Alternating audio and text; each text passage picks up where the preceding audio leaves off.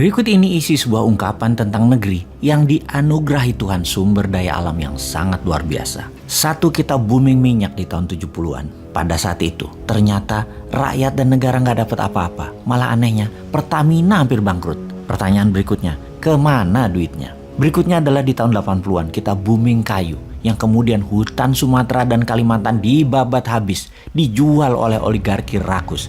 Rakyat dan negara juga nggak dapat apa-apa. Pertanyaan berikutnya, pada kemana sesungguhnya duitnya? Yang ada hanya lingkungan hancur. Dan kalau hujan sedikit aja, langsung banjir, tanah longsor. Berikutnya adalah di tahun 2000-an. Kita booming lagi, mineral, batu bara, dan lain sebagainya. Negara dan rakyat juga nggak dapat duit apa-apa. Kecuali lingkungan jadi hancur di semua daerah, dan yang lebih nggak masuk akal lagi, 95% eksportirnya tidak punya NPWP alias tidak bayar pajak. Sungguh, sebetulnya Tuhan itu sudah kasih kita beberapa kali kesempatan atau rezeki besar, tapi kita nggak becus mengelolanya. Hanya segelintir manusia yang dekat dengan kekuasaan serta penguasa saja yang mendapat manfaatnya.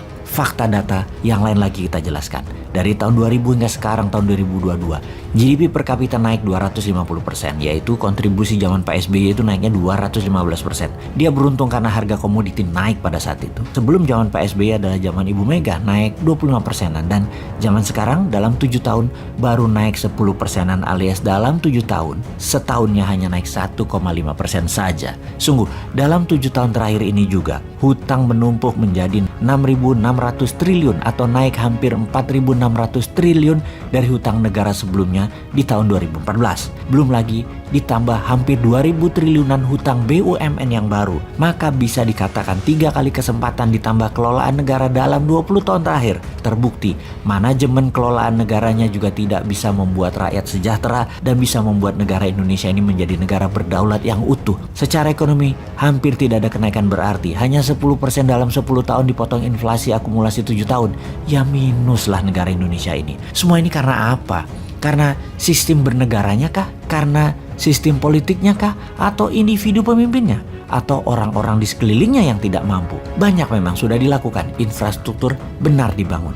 Namun BUMN yang membangun kok bangkrut? Sesungguhnya rakyat jadi dapat apa? Sama dengan 3 peristiwa besar yang telah berlalu. Boom minyak, boom kayu, boom tambang. Zong semua buat rakyatnya. Oke, kita bahas manajemen bernegara sekarang. Kita diskusikan soal subsidi BBM yang dicabut, di mana subsidi niatnya membantu namun ternyata membuat rakyat manja yang sudah kronis dimanja selama 40 tahun lebih akibat subsidi. Dan ternyata di sisi lain kita tidak dapat apa-apa juga setelah memanjakan rakyat tersebut. Lalu 1 tahun ini subsidi BBM dialihkan. Kita dapat sekitar 350 triliun yang digunakan untuk membangun jalan kereta api double track di seluruh Indonesia, namun belum menunjukkan berdampak pada percepatan pertumbuhan ekonomi juga. Terdapat fakta lain lagi, yaitu ternyata hutang negara juga meningkat tajam. Adakah solusinya, wahai kaum New Mind? Ya ada.